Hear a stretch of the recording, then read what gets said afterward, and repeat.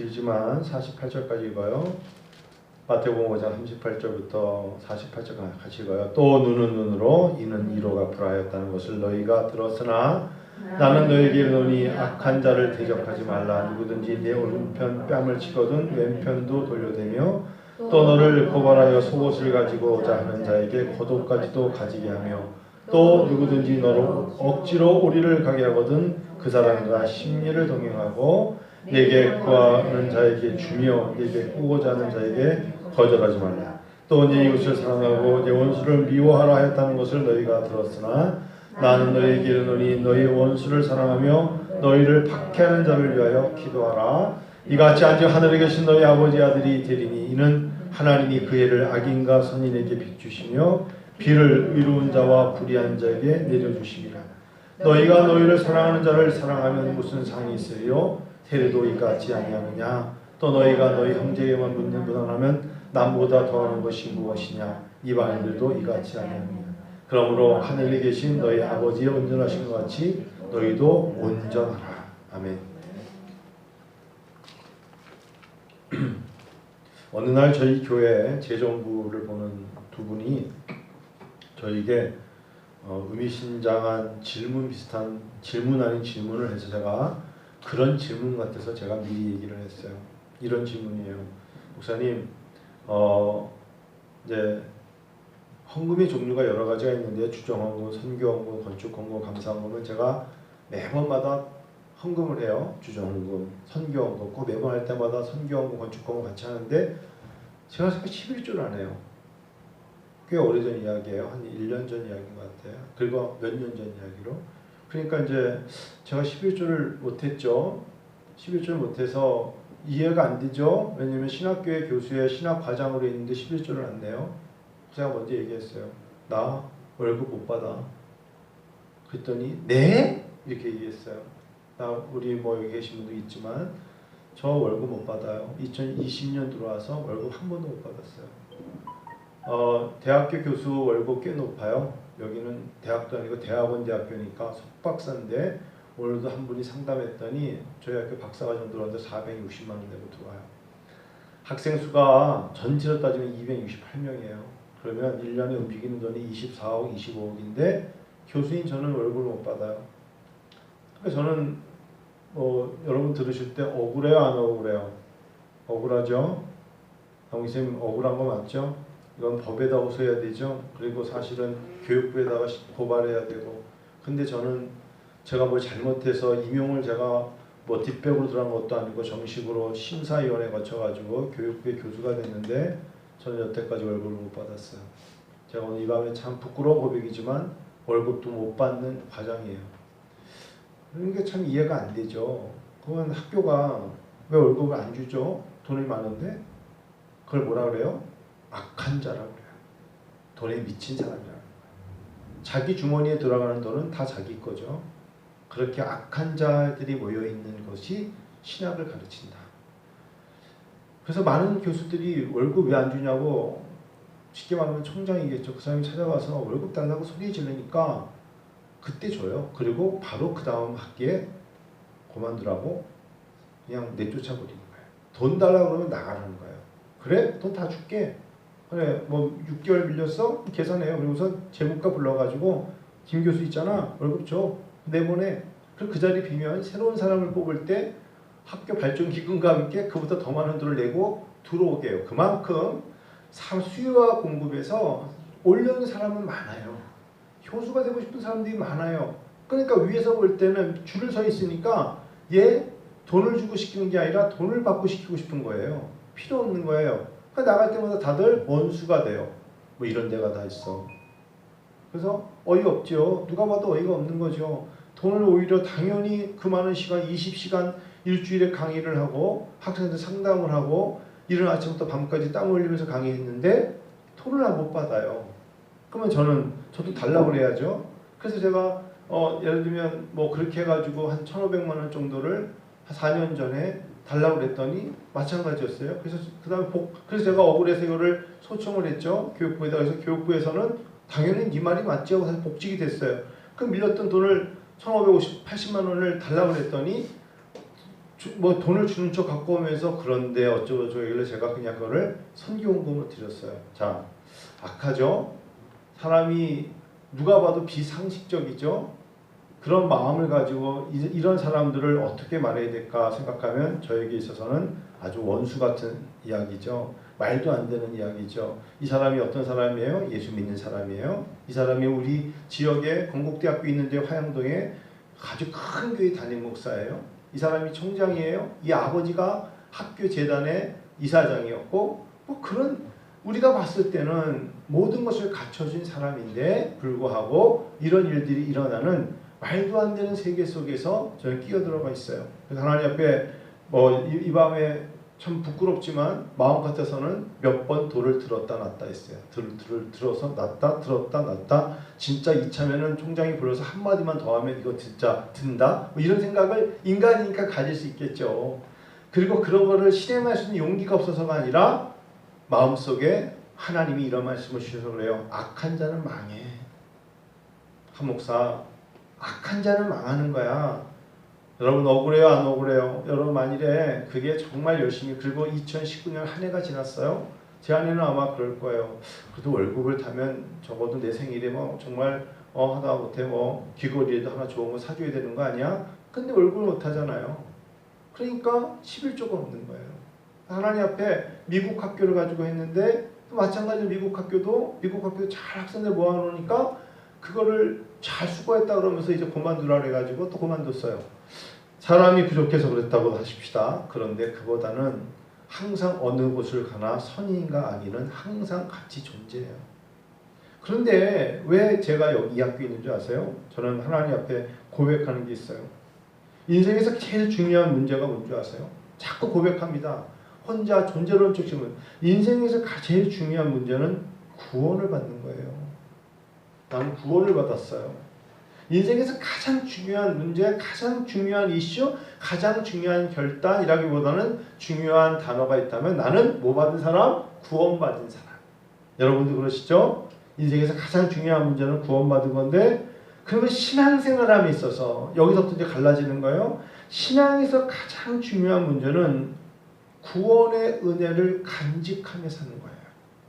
즉 내가 구원받았어요. 이거는 내가 한 게 아니라 하나님의 전적인 은혜로 나를 부르사 구원 주셨어요. 그런데 구원받은 나를 하나님이 들어 쓰시느냐고 목회자로 그것도 공부를 가르칠 수 있는 교수로 신학 박사로 신학교라는 곳에서 선지동산에 교수를 세워줬으면 그보다 더 큰 은혜 또 있을 수 있겠지만 구원의 은혜를 고백해야 되는데 거기에는 많은 것들이 따라요. 사람들이 저를 떠받쳐주고 총장이라 그러고 과장이라 그러고 거기에는 따라오는 게 학비와 함께 돈이 따라오니까 통장에 말도 안 되는 돈들이 쌓여져 가요. 480만 원씩 450만 원씩 10명이 내면 4,500이고 100명이 내면 4억이 돼요. 그러니까 자기 통장 교비에 오르니까 그게 다 자기 거라 생각하는 사람이 점점 타락하기 시작해요. 인생에서 제일 중요한 문제는 제가 노트를 사가지고 이 노트를 제가 그냥 설계 노트를 쓰고 싶은 게 있어가지고 이 노트를 하나 샀어요. 그래서 펜으로 써요. 인생의 가장 중요한 문제는 구원을 받는 것이죠. 근데 신앙에서 가장 중요한 문제는 나에게 베푸신 구원의 은혜를 간직하며 살아야 되는데 어느 날 다들 이걸 놓치는 거예요. 신앙의 은혜를 놓치는 거예요. 전자, 즉 하나님이 나에게 구원 베푸신 것은 기적이죠. 75억의 인구 중에 많은 종교가 있어요. 이 땅에 힌두교, 이슬람교, 불교, 무속신앙 많은데 그 중에 나를 불러주신 것 하나님 앞에 이것은 기적이죠. 기적이에요. 이 구원의 기적을 내가 하나님 앞에 기적을 맛본 거예요. 그런데 후자 그 기적의 은혜를 맛본 내가 살아가는 데 있어서는 그 기적을 날마다 간직하지 못하고 살아요. 이게 뭘까요? 이게 바로 죄예요. 죄. 우리가 날마다 싸워야 되는 문제가 뭐냐? 왜 우리가 그 은혜에서 미끄러졌을까? 왜 그 은혜를 분명히 나와 내가 봤을 때 악하다고 여기는 저 사람도 분명히 입가에서 찬송이 나오고 내가 봤을 때 이해가 안 되는 저 사람도 항상 성경을 읽는다 그러고 그 사람도 항상 두 손을 들고 축도한다 그러고 그 사람도 설교를 한다 그러는데 그 한 사람의 수십 명의 사람들이 원수가 되고 눈물을 흘리고 악을 품고 화를 내고 떠나게 만드는 이 시대 속에서 하나님 앞에 뭐라고 고백을 해야 될까요? 여러분, 왜 우리가 부패하게 될까? 깨달은 게 있어요. 은혜는 죄를 물러가게 하죠. 내가 정말 날마다 선한 양심으로 은혜를 사모하면 나에게 다가오는 많은 죄의 유혹이 은혜 때문에 물러가요. 근데 반면에 나도 모르게 파고드는 죄는 나의 은혜를 물러가게 합니다. 그러니까 똑같이 교회에 와서 앉아있고 예배드리고 악수를 하고 오고 가는 것 같지만 그 사람의 몸속에 은혜와 죄는 아주 동시에 들어온다 생각하시면 돼요. 찬바람과 더운 바람이 여러 가지 오고 들어오고 나가듯이 은혜는 죄를 물러가게 하지만 죄는 또한 은혜를 물러가게 한다는 걸 잊어서는 안 되죠. 그러니까 이 사람도 하나님의 기적인 구원을 체험했지만 자꾸 죄가 이 사람에게 유혹을 주는 거예요. 물질의 유혹, 물질을 사랑하는 거예요. 물질의 힘, 권위의 힘, 명예의 힘, 누구누구님이라고 말하는 것에 자기가 노출되는 순간부터 뒷짐을 지고 의리에 자기가 모든 것을 결정할 수 있다는 판단의 교만함이 그를 지배하는 것이에요. 근데요, 그리스도의 마음에서 은혜가 사라졌다면 그것은 죄가 득세하였기 때문이에요. 득세란 단어 아세요? 그냥 은혜라는 단어가 얼마나 고귀하고 얼마나 고귀하고 존귀하고 세상 사람들 알지 못하는 단어가 하나님의 은혜인데 이 은혜를 잃어버리게 할 정도면 죄가 얼마나 힘이 센지를 아시겠죠. 나에게 은혜를 밀어낼 정도면 은혜는 구원이란 단어고 하나님의 사랑이 있는 것이고 예수 그리스도의 십자가 보혈이 있는 것이고 내 안에 십자가의 능력이 이 안에 가득 차 있는 것이 나도 모르게 은혜가 없어요. 기쁨이 없어요. 감격이 없다는 걸 밀어낸다는 것은 죄의 득세, 죄가 얼마나 힘이 센지를 알겠죠. 이전에 내가 눈물 흘리며 첫사랑에 고백하며 하나님 앞에 두 손을 들고 금식하며 기도했던 모든 것들을 한순간에 싹 잃어버리게 하고 빼앗아갈 정도의 죄는 얼마나 큰 힘인 줄 아세요?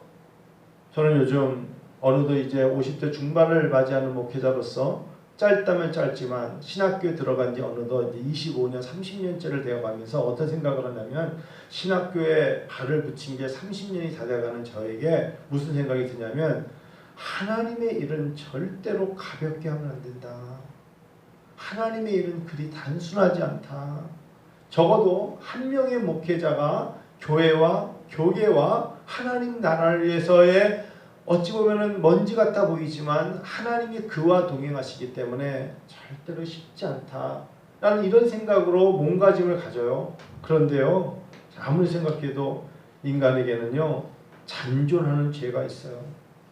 잔존하는 죄가 밖에 나가가지고 여러분 길가의 도로에 돌과 돌 사이에 조그만 공간에 흙만 있으면 자풀이 나와요. 뽑느냐고 뽑아도 그 사이로 자풀이 나와요. 자풀이 나와요. 이 잔존하는 힘이 있는데 제가 볼 때는 이게 바로 잔존하는 죄가 있어요.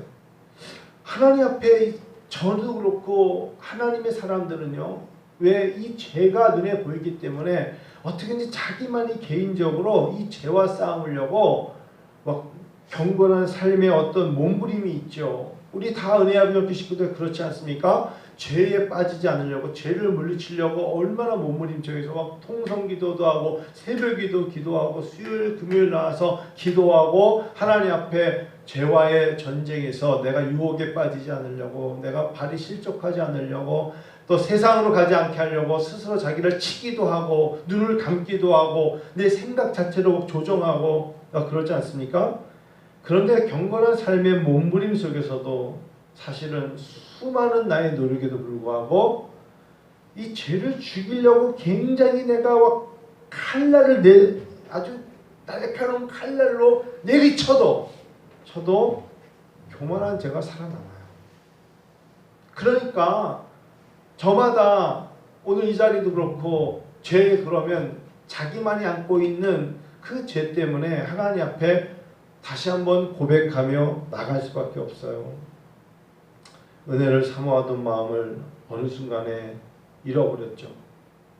오늘 여러분 예수님이 하신 말씀, 이런 말씀, 뭔가 이게 평범한 말씀을 잃어버린 채 굉장히 오묘하고 정말 풀이하기 힘든 말씀에 사람들이 귀를 기울이는데, 예수님이 이렇게 말씀하셨어요. 나는 너희에게 이르노니 너희 원수 사랑하며 너희 박대하는 자 위해서 기도하라. 이가 같이 앉아 하늘에 계신 너희 아버지 아들이 되리니 이는 하나님이 그 해를 악인과 선인에게 비추시며 비를 의로운 자와 불의한 자에게 내려주신다.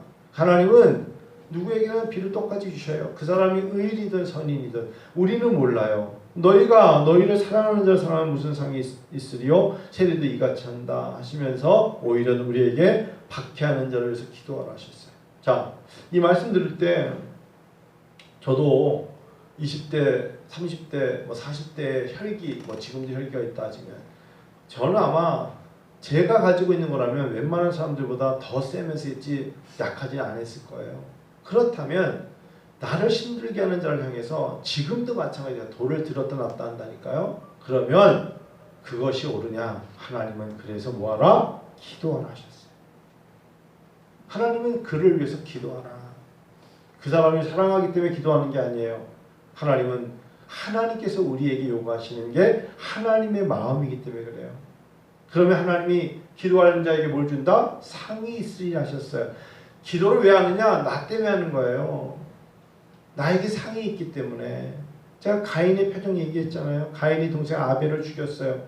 근데 가인이 가는 곳마다 하나님이 이마에다가 표적을 주셨어요. 왜 표적 주셨어요? 가인을 위해서 주신 게 아니라니까요.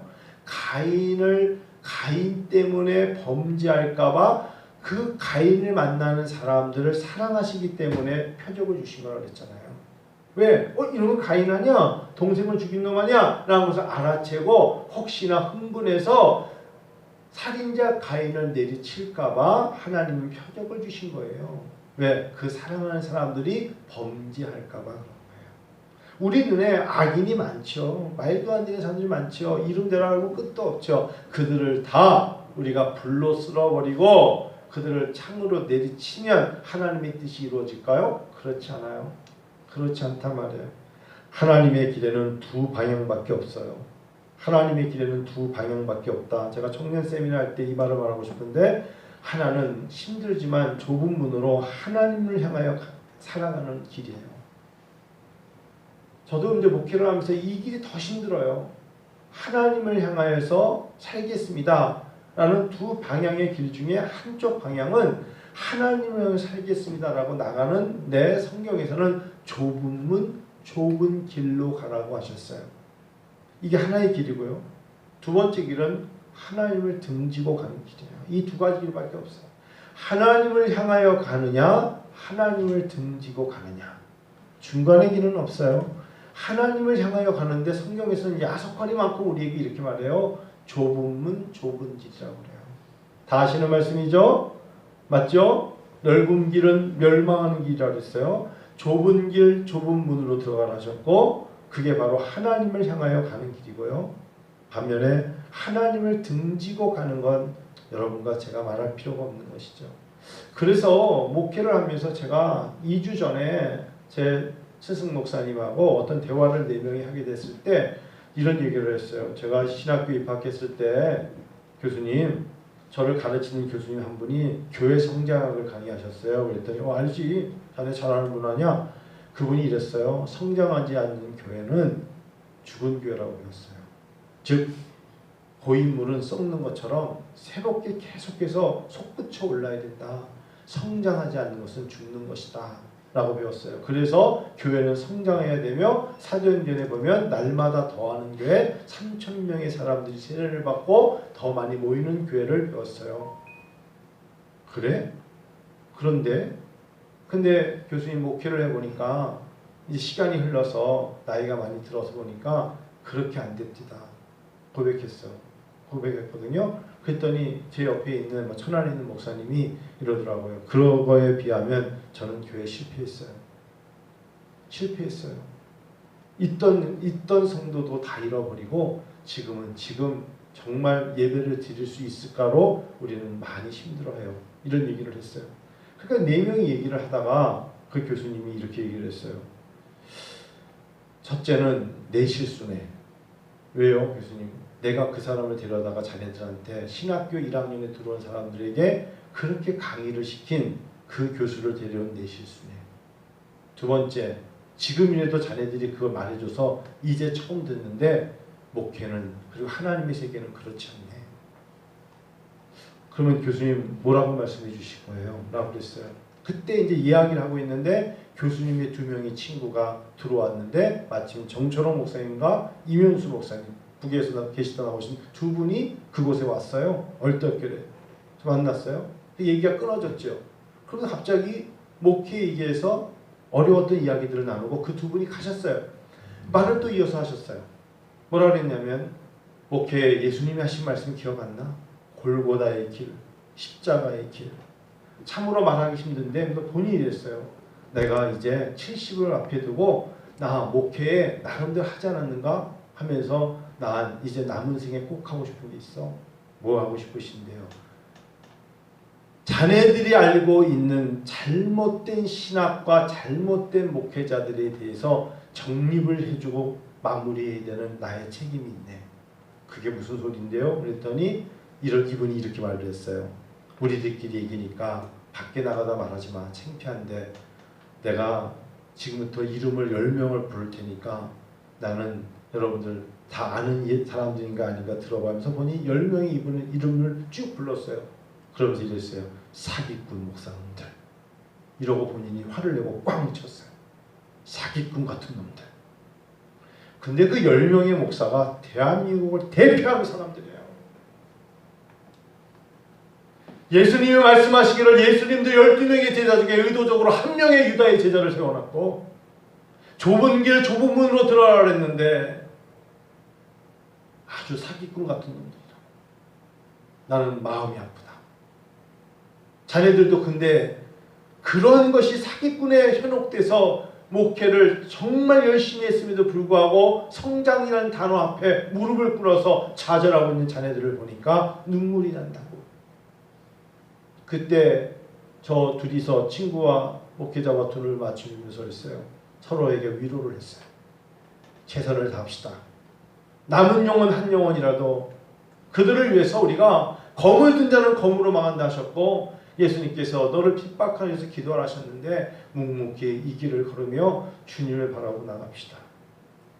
존 오웬이라는 사람은 이렇게 썼어요. 하나님을 내가 만났을 때 다시금 내가 걷던 길에서 회심했을 때 하늘이 열리고 샘이 터지는 것을 보았다 그랬어요. 하늘이 열리고 샘이 터지는 걸 보았다. 예수를 믿는다는 것은 사람들에게 인정을 받아야만 성공하는 것도 아니고 물질이 모인 것을 자랑해야 성공하는 것도 아니에요. 예수를 믿고 예수님을 따른다는 건 기적이고요. 그것을 은혜라고 해요.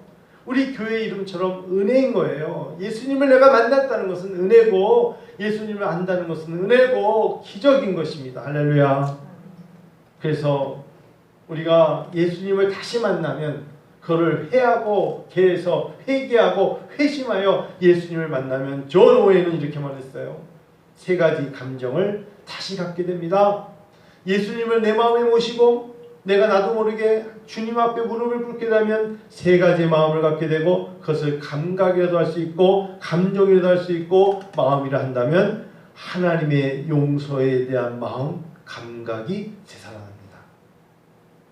시기와 흥분과 성남이 아니라 예수님을 만나면 다시 용서에 대한 감각, 누군가가 잘못된 것에 대한 용서에 대한 감각이 되살아납니다. 두 번째, 내가 하나님을 만나고 예수님을 만나서 회개하고 회심하고 마음이 돌이키면 하나님의 사랑에 대한 감각이 기쁨으로 이어집니다. 첫 번째는 용서에 대한 마음은 평안으로 돌아서고요. 사랑에 대한 마음은 기쁨으로 돌아서게 됩니다. 마지막으로 회심, 회개, 하나님을 만나는 마음을 돌이키게 되면 하나님의 영광에 대한 감각, 감정이 살아납니다. 하나님의 영광에 대한 마음이 생겨나면 나도 모르게 감사와 감격이 생깁니다. 여러분 이런 단어들이요 많이 상실됐어요. 많이 상실됐어요. 한국 교회에 하나님 앞에 저도 그렇고 우리가 정말 용서, 사랑, 영광 이런 단어가 사라지고 다 그럴듯한 모습으로 어디에 얼굴 비치고 신문에 얼굴 내고 뭐 그런 것으로 드러내고 명예와 굉장히 어려움이 많죠. 은혜를 사모하던 마음을 잃어버린 채 교회만 왔다 갔다 하는 우리의 그런 모습을 하나님이 굉장히 아파하실 거예요. 제가 전희쌤, 문희쌤 늦게 오셔서 그랬는데 제가 오늘 아까 오후에 문희쌤 저거로 안 보인다 그랬는데 토끼 밥 주러 갔더니 토끼가 죽었어요. 그래서 제가 마음이 아팠어요. 분명히 한 마리는 죽어있는 토끼를 쳐다보고 있는 모습을 보면서 갑자기 멍해지는 거예요. 아침에 내가 먹을 거 잘 줬는데 먹이 주러 왔는데 너 왜 죽었니? 그래서 마음이 너무 안 좋아서 땅을 파고 한 마리를 묻으면서 왠지 모르게 이건 토끼에 불과해요. 근데 인생이 이런 것 같아요. 이 땅에서 멋있으면 얼마나 멋있고 두 손을 들고 설교하면 얼마나 멋지고 뭐 몇십만 명이 모인다고 그런 모든 것도 죽으면 분명히 흙으로 돌아갈 것이고 썩어질 것인데 사는 동안 하나님을 잘 섬기고 아무도 안 알아줘도 내가 정직해야지. 내가 흡족해야지. 내가 정말 하나님의 눈에 뭐 그럴듯하니까 사람들에게 내가 확신을 갖는 게 아니라 나 자신이 개인이 하나님 앞에 지금은 거울을 보는 것 같이 희미하죠. 그때는 거울이 힘이 있으니까요. 청동 같은 거니까. 그러나 주님을 만나면 아주 얼굴을 맞대고 보는 것처럼 힘이 왔을 때 주님의 말씀이 있을 거 아니에요. 너가 정말 나를 위해 살았니? 이렇게 물어보면 뭐라고 대답할 거예요? 정말 네가 기도하며 감사하며 하나님의 영광을 위해서 살았니? 좁은 문 좁은 길로 네가 스스로 나가서 아파하는 영혼을 만나서 기도하며 그들을 전도하며 살았니? 뭐 이런 이야기를 물어보면 사람들은 내가 누군지 몰라도 나는 주님 앞에서 드릴 말씀이 있어야죠. 저는 그랬으면 좋겠어요. 주님, 사람들은 많은 사람들이 내가 목사인 거 모를 수도 있어요. 그런 목사가 있었어? 라고 물어볼지 모르지만 주님 앞에 그냥 꾸준히 진드거니 나 나름대로 내 자리 지키며 주님께 왔습니다. 그냥 그랬으면 좋겠어요. 그게 나의 소망이에요. 찰스 쉘돈이라는 사람이시죠. 그 사람이 예수님이라면 어떻게 하실까? 라는 책을 쓰셨어요. 영어로 In His Step, 그의 발걸음. 모든 것을 생각해 보세요. 예수님이라면 지금 이럴 때 어떻게 하시겠어요? 한 번쯤 바꿔보세요. 예수님이라면 지금 이럴 때 어떻게 하실까? 이런 마음을 가지고 오늘 저녁에 나름 고심하게 됐어요. 이제 9시가 다 돼요. 제가 오늘 9시 전까지 결정한다 그랬어요. 뭘 결정하냐면 지금 코로나19 때문에 경기도에서는 소모임 금지, 예배 자제, 찬양하지 마시오 뭐 이런 걸로 2주 동안 하지 말라고 떴어요. 그래서 아까 낮에 문자 보면서 하루 종일 고심했어요. 이럴 땐 어떻게 해야 되나? 주님이라면 어떻게 하셨을까? 라고 생각을 했어요. 주님이라면 이럴 때 어떻게 하셨을까? 내 마음속에 막 생각하면서 제가 오늘 저녁에 설교하다가 생각나는 일 결정해야겠다 그랬거든요.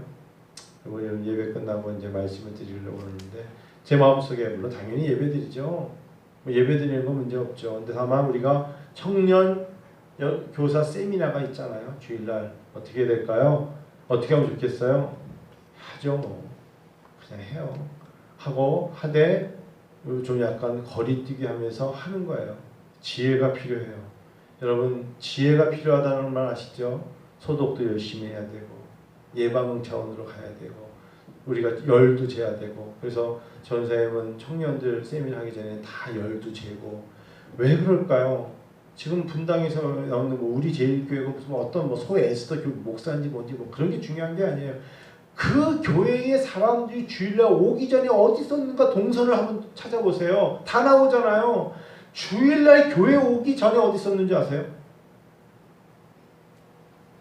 그 사람들이 전염될 수밖에 없는 곳에서 춤추고 술 마시고 놀다가 그곳에서 서로가 다 오염돼서 온 거예요.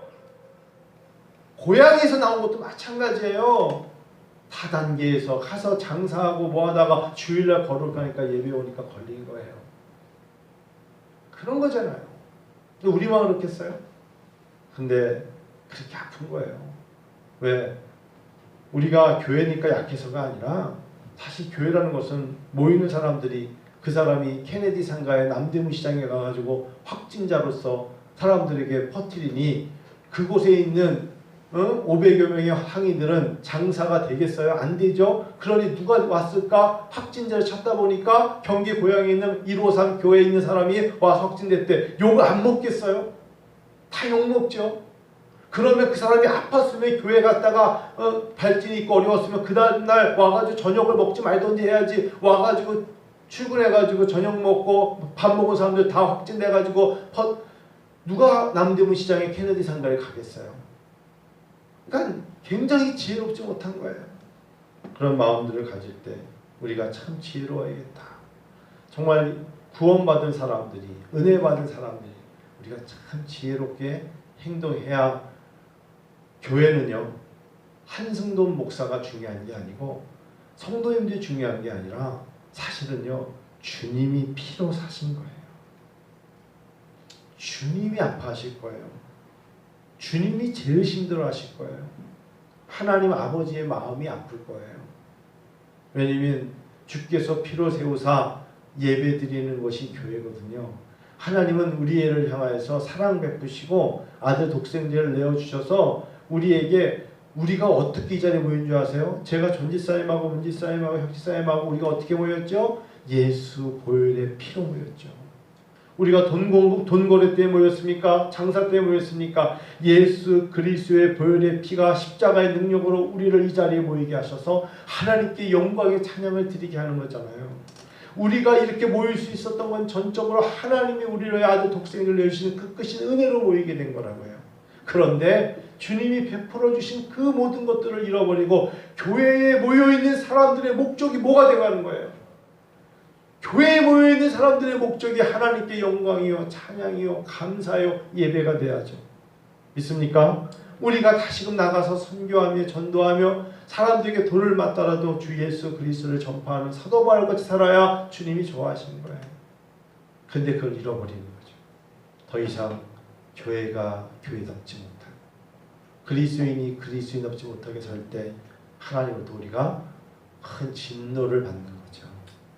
그래서 참 아프네요. 우리가 같이 예배를 드리고 이번 청년들을 모여서 기도하는 시간으로 뭐 그렇게 어떤 세미나 위주가 아니라 그냥 같이 모여서 짧은 시간이라도 주일날 오후에 5시부터 모여서 같이 기도하고 주님 앞에 섬기는 자세로 준비된 세미나 뭐 이시은 선교사 저는 하느냐고 하고 하나님 앞에 거룩한 주일이 얼마나 귀한 것이며 하나님 앞에 예배를 드리러 나올 수 있다는 것이 아무나 나오는 게 아니에요. 저는 여러분 요즘 와서 어떤 생각 드는 줄 아세요? 마음속에 몇 명의 성도가 되는 목사보다 정말 다 구원받는 다 같이 천국에 갈 수 있도록 인도하는 목사 되고 싶어요. 저는 이제 점점 주님 앞에 설 날이 가까이 온다는 저 나름대로의 생각을 가지고 하거든요. 아직은 더 있지만 그러면 주님 말씀하실 거예요. 분명히 말씀하실 거예요. 이제 모든 함께 예배드리는 은혜 아버지 함께 모든 성도들은 다 천국에서 다 만나게 될 줄로 믿습니다. 그런 믿음을 가지고 여러분과 제가 살았으면 좋겠습니다. 우리 교회를 위해서 한번 같이 기도할까요? 반주를 좀 줄여줘요. 교회를 위해서. 우리 지금 이제 많은 교회가 위축될 건데 그렇다고 예배를 못 드릴 건 아닌데 한국 교회가 경거망동하고 있어요. 교회를 세워주신 목적이 뭔지도 모르고 내가 그리스도인이라는 이름이 왜 달렸는지도 모르는 거예요. 그냥 감정에 따라가는 거예요. 주님 앞에 하나님 앞에 다시 한번 기도하면서 아버지 앞에 내가 나의 나 된 건 하나님의 은혜입니다 라는 마음으로 하나님 앞에 고백하되 주여 금주 다음 주 이 휴가철에 너무나 많은 사람들이 대한민국에 305명이 코로나19 때문에 사망했어요. 305명이 죽었는데 오늘도 어제도 확진자가 이제 100여 명 나왔어요. 하나님, 다시 더 무서운 확진의 재발이 될 가능성이 높다고 다들 지금 조심하고 있지 않습니까? 하나님, 사랑하는 성도들 어디 있든 간에 조심하게 하셔서 그들이 무의식적으로 만나는 그곳의 장소와 사람들로 어려움을 겪지 않도록 은혜와 부족하게 성도들 지켜주시옵소서. 교회가 교회답게, 예배가 예배답게, 예배드리는데 어려움이 없도록 도와주시옵소서. 금주에 청년 세미나를 할 때 하나님 어려움이 없도록 도와주시고, 하나님께서 우리를 통하여 정말 조심해서, 하나님 정말 우리가 어려운 여건에서 서로 몇 미터씩 뛰어앉아서 웃음을 잃어버리고 할지라도 그곳에 기도가 있게 하시고 그것에 하나님을 사랑하는 마음이 있게 하여 주옵소서. 한번 기도하고 제가 기도하고 마칠게요. 오늘 저녁에 같이 한번 기도하고 같이 기도할까요? 아버지 하나님, 의지합니다.